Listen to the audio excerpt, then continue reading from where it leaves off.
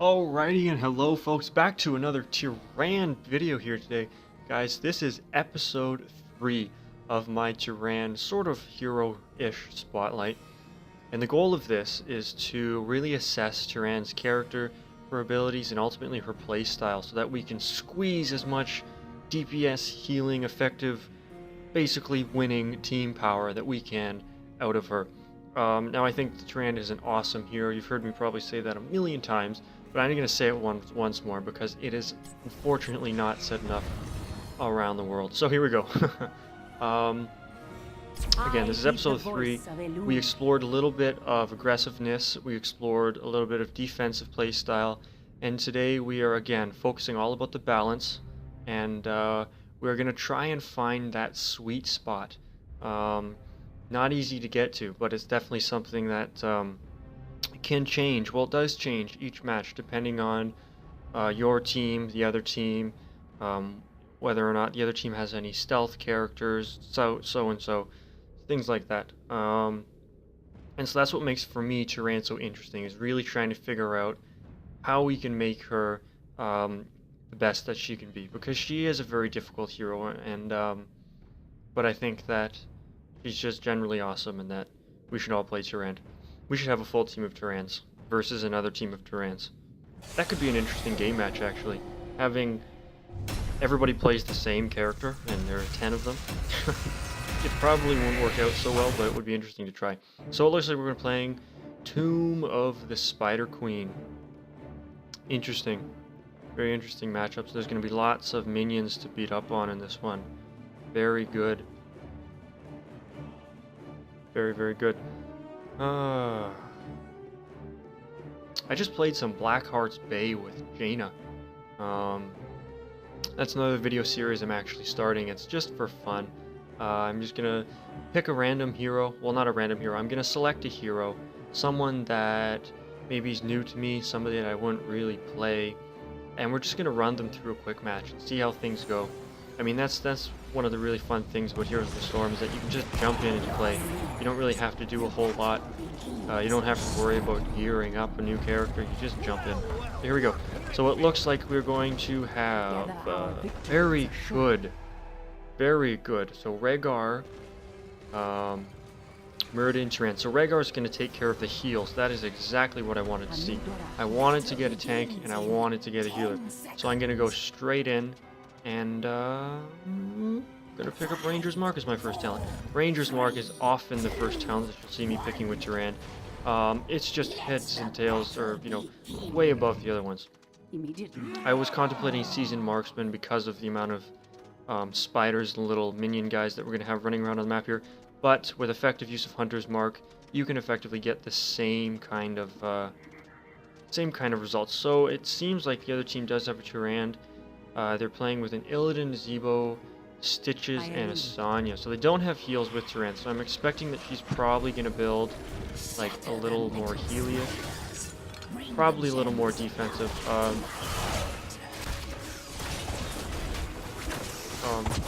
Oh, just missing actually.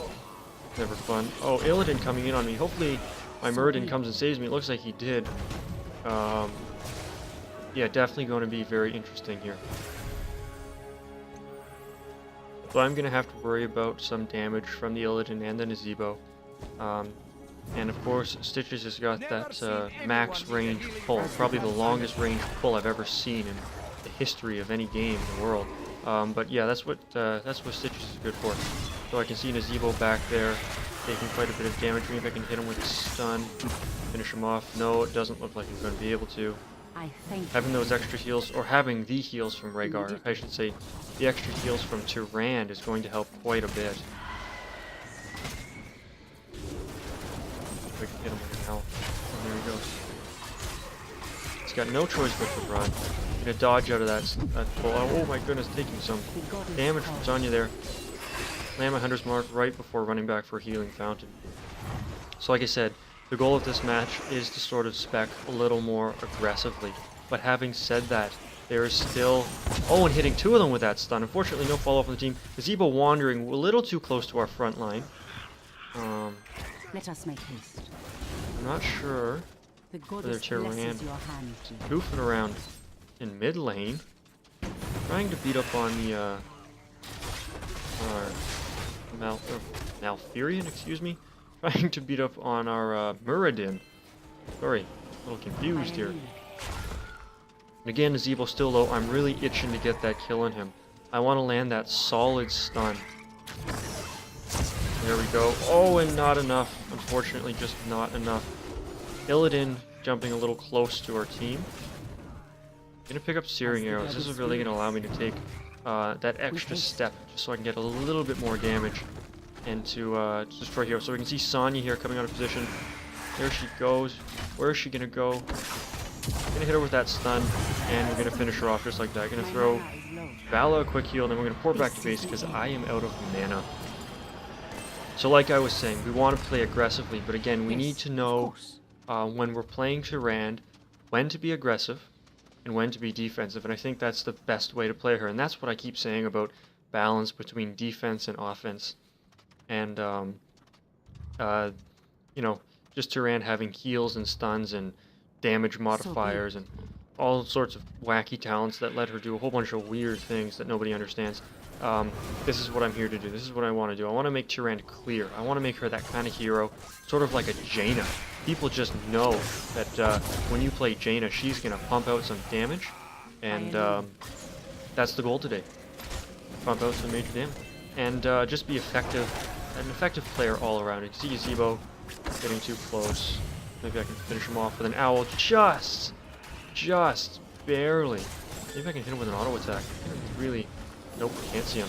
There we can force out the Illidan though, almost going down. See if I can hit him with a stun. He's not going to expect this to guarantee you. No, he's not.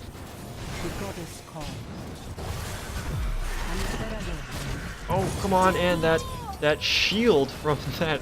Oh, what's his ability called? His evasion ability. So it looks like he did pick up that shield ability, which did keep him alive, and I did miss him with the stun. So there we go. There's an example of being way too risky with Tyrande. It all depends on whether or not you can land that flare. If I land that flare, he would have been done, no problem. So again, trying to perfect that balance between between defense and offense, and man, is it difficult, because you just want to stun the crap out of people. You can see Nazebo coming through, the Illidan coming through the back there. Stitches is actually all alone bottom lane. I'm just leaving for now. Muradin throwing him a heal, even though he doesn't really need it. Can't see Nazebo. So be it. Oh, managing to land that stun on him there. Doing enough damage to force him back, or at least second guess himself. It looks like I may be able to make it back to my base in time, and yes, I am. Very dangerous situations with Illidan there. Alright, so pretty tame match so far. Everything sort of stayed in the top half of this map here. It looks like people are really concerned with planting their gems. It looks like the enemy team did just plant their gems. Not good. Not good at all. There's Illidan. Run faster. Unfortunately not being able to get him down. Here we go. You can see the Zebo landing on him. Rhaegar, unfortunately, we don't have enough range. Can't finish him off. So very focused team here. Both teams, I have to say. Doing some very, very focused gameplay. Really focusing on dropping those, see Sonya here.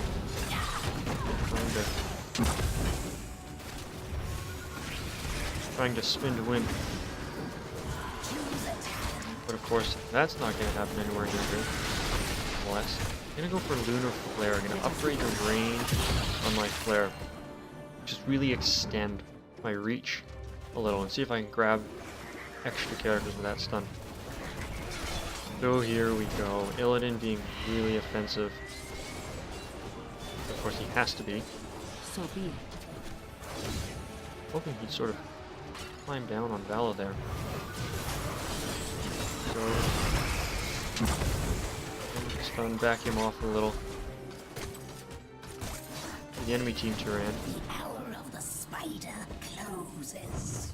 Let us Okay, so the eggs will be spawning in 8 seconds, and it's important that we do jump on it right away. We make sure that they can't add any more of their eggs to that damage combo there. Okay, so it looks like the other thing. Oh, managing to snag that Zebo. Let us know. Again, I really love how Tyrande's heal allows her to heal her ally and as well as apply a small heal to herself. I don't want Sonya to keep going in there and planting that thing, so I'm gonna keep anything on her. It looks like Illidan is going to take me down. Yes, he did. He just jumps right out there real fast. So I have to be a little more careful of that. Like I said, this team is being so focused. It's really difficult to assess what's going on because they're all sort of in one spot on the map. Except for Stitches, he seems to be solo laning. I wonder if these guys have. I wonder if these guys are grouped. Seems like they got some real coordination going on. So we're gonna head back down to middle lane. I'm going to pick up Starfall, just my preferred talent all around. See, they just dropped some more gems. There goes the Illidan. We need some help up here. I mean, they are pushing really hard. You can see Zebo.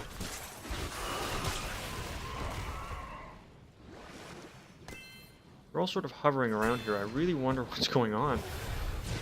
There they go. Oh, that's what's going on. Of course that's what's going on. Okay, Illidan thinks he can take me here. I'm not really sure why. You have done as promised. My magic. There we go. So we did manage to hold them off long enough to get our own web weavers, and this is where we're going to have to push to create an advantage, and that sets the tone for the entire game.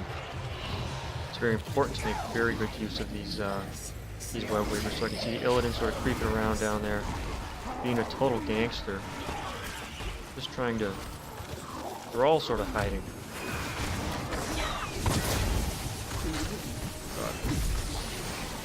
There, the enemy Tyrande is landing her Starfall.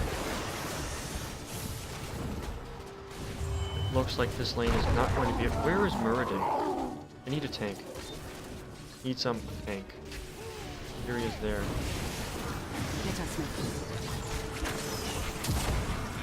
You can slow him down. I think he did eat somebody.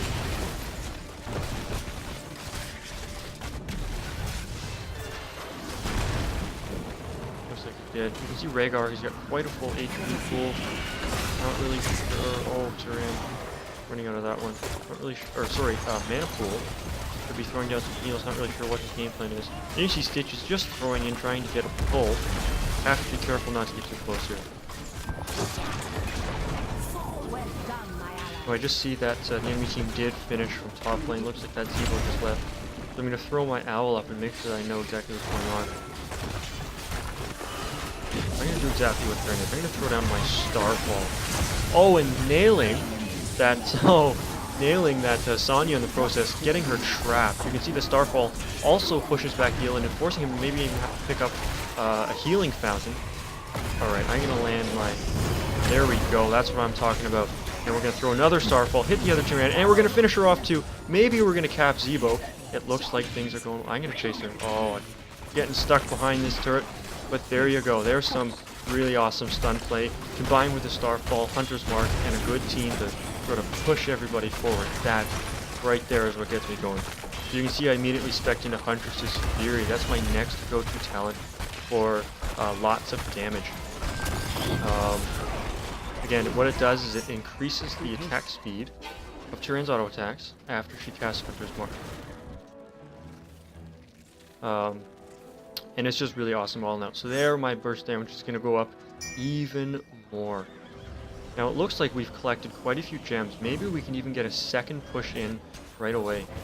Unfortunately, I'm going to interrupt to throw an owl.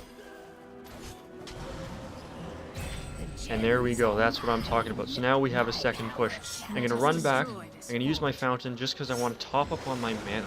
I want to keep everything coming to them. They are not going to stand a chance. So I can see that Sonya is chasing down Sylvanas. See if we can get her to turn around. Oh, that stun was a little far ahead, that's for sure. But it looks like Sylvanas is maybe not going to be able to catch up. Okay, so yeah, definitely a little overestimated, but not too bad. it would seem the enemy team is pushing down on bottom lane. Looks like most of my team is up here. I think it's a good idea. Why don't we head up here? See what other havoc we can wreak. Is that a word? Wreak? I don't know.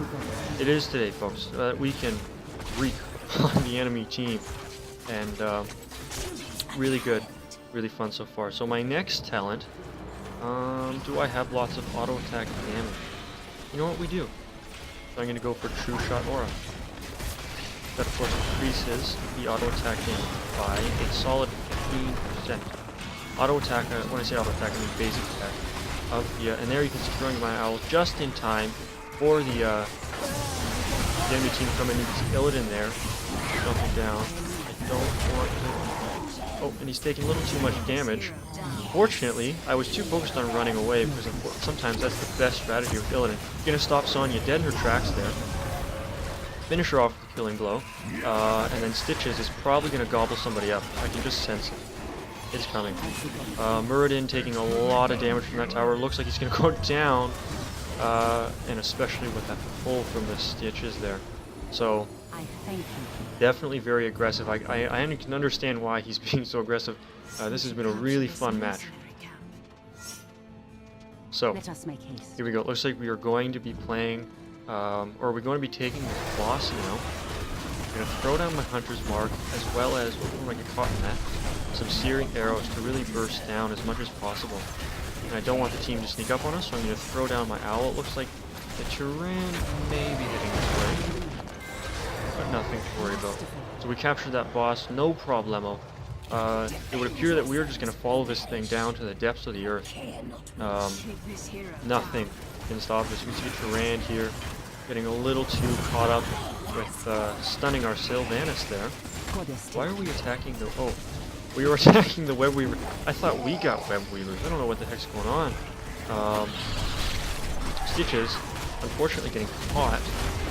Oh, and I am going to get eaten by the Stitches. You can see there just how... Oh my goodness. Being a little too close to the enemy line there and just getting taken up. I was, again, a little too tunnel vision. Little too tunnel vision, but that's okay. You know, that would have been a good situation to back up and let the rest of my team sort of take the brunt of the damage itself. And I would be helping pushing this core right now, but unfortunately I did go down. And this looks like it could be it. I really do hate to die. I really do hate to win off of a death, and it looks like, yep, looks like that's going to win. So that was definitely a good game. We're getting better. We're getting better. That was a little more balanced. And again, I think what's really important is that Tyrande is, as I said it before, she's almost like a Nova player. You have to pick your times. You got to know when to strike. You got to know when to sit back. And you do that from behind the lines of your own team. And it sounds kind of like almost like a wimpy strategy, but I don't think it's wimpy. I think it's smart. And Tyrande can be so effective. Sort of on the back lines and jumping up, throw down a heal, jumping up to throw down a stun, maybe even landing an ultimate. So there you go. That was it. That was a hell of a lot of fun. Very good to win, of course. And it was actually a much better team composition this time. We didn't have an Abathur, we didn't have a Nova, we didn't have another stealth character. There's nothing wrong with those characters. It's just that when you have them all on the same team at the same time, it just... You know, you go into a fight basically 3v5 until everyone can figure out just what the heck's going on. So, anyway, there you go. There's episode 3. Man, we're getting close. I can feel it. So thanks for watching. It's been 4 Leaf, guys. I hope you have a great day, and I'll see you all later.